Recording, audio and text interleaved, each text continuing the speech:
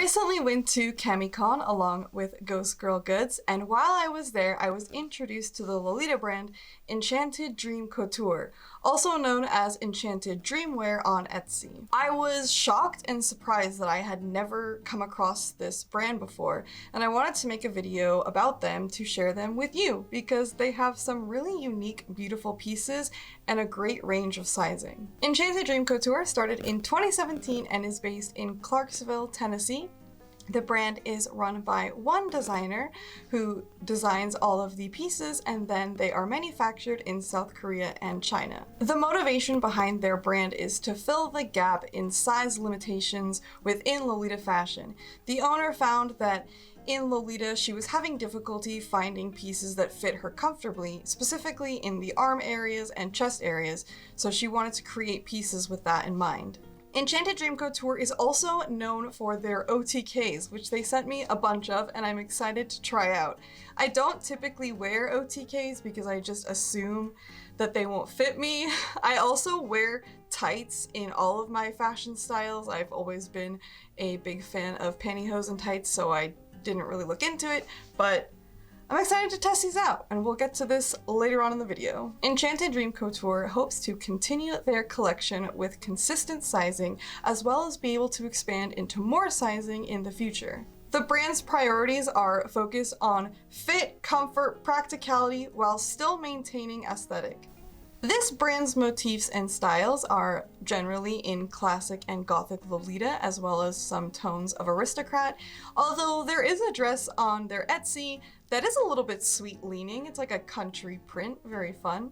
You can purchase some of their items from Etsy, however, Enchanted Dream Couture prefers to go to events and conventions and sell there, so they will have a lot more if you go and see them in person. I think it would be really great to follow them on social media to stay up to date with where they're headed, see if they're going to any events near you, and if you coordinate events or conventions, they might be a good person to bring out. Enchanted Dream Couture has had difficulty coming up in the Lolita scene because there used to be a lot of stigmas around indie brands not being as good as the main Japanese brands.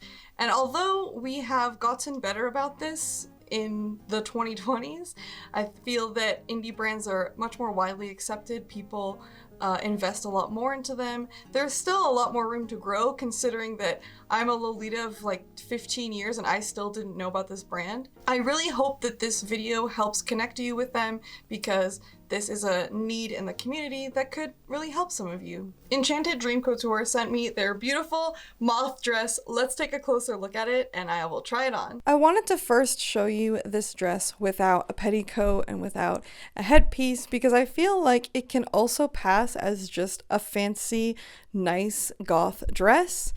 I feel like it's one of those Lolita dresses that you can get away with wearing, where people won't be constantly asking you what it is that you are. They just kind of assume that you are dressed up fancy, that you are eccentric. It's really pretty. I love it. It's very, very comfortable. There are pockets. One here and one here. Yeah, pockets. There's also a zipper on the side, and then there's shirring in the back. I am wearing what I would qualify as a like normal bra. I can show you what I'm wearing underneath this. It has a slight bit of padding to it. It's a little bit of a push-up bra, and my chest still feels okay in this dress. The shirring is really comfortable. It doesn't feel like it's too stretched out or like it has to be too tight, which I'm really impressed with an OP. Usually OPs, my chest feels very squished, and I would usually have to wear like a binder or a sports bra, and I've been moving away from wearing binders now, so I just avoid getting OPs in general. So I'm really impressed with the fit of this one. The arms are super comfortable. I did struggle with the buttons, but that's mostly because I am useless with nails on. I can't even get regular buttons done up, let alone star-shaped ones. I'm gonna try to see if I can keep them done up so I don't have to keep undoing them and doing them up. I will let you know if that works out for me. I think this is a dress that doesn't need a ton of extra pieces because it is so elaborate in its design. It is really like a full coordinate in itself. It's so beautiful. There's so many details in it. Since recording this, I've worn this dress again to film a different video, and after doing the sleeves up initially for the first time, I've been able to slip them over my hands so I don't have to undo or do them up every time. So I have added a petticoat. It's just a jumbo off-brand, like, costumey one. I wouldn't recommend it. I think that most large petticoats could fit underneath this, depending on like what type of shape you want to go for. I think that you would want more of a bell-shaped petticoat for this than, say, like a more cupcakey one. This is more of like a gothic, but it still has quite a large skirt, so you can fit a pretty big skirt underneath it, and there is a few layers of crinoline built into it. I paired it with this EC Starlust hat because it is like dramatic but also simplistic. There isn't like a lot of extra ornate details on it. It's just a solid staple piece that I love styling, and I think really adds some nice drama to this look without being too overpowering. I wanted to mention that this is a solid piece. I had some friends actually asking me about this waist situation with the moons, if this was like a belt. It's not. This is attached, and then the waist ties are also attached. I personally don't love waist ties. I usually take them off of most of my dresses, but in this case I actually genuinely do like it. It does add a bit of like a more snatched waist, and they are sized in a way where they aren't bulky and annoying. The thing that I don't like about like angelic pretty waist ties, for example, is that they're very wide, and so because of that they just end up being heavier. I don't even notice that this dress has waist ties. They're very lightweight. They're very manageable. I'm overwhelmingly happy with this dress. I'm at a loss for words. I feel that with my body type, I just do not fit into any of the Japanese main brands one pieces, so I don't even look at them. And I think that in terms of one pieces especially, indie brands are the way to go. So if you have been looking for something in this type of style with more range of sizes, definitely check out Enchanted Dream Couture if you are a fan of gothic and classic Lolita. I have definitely been feeling more gothic as of late.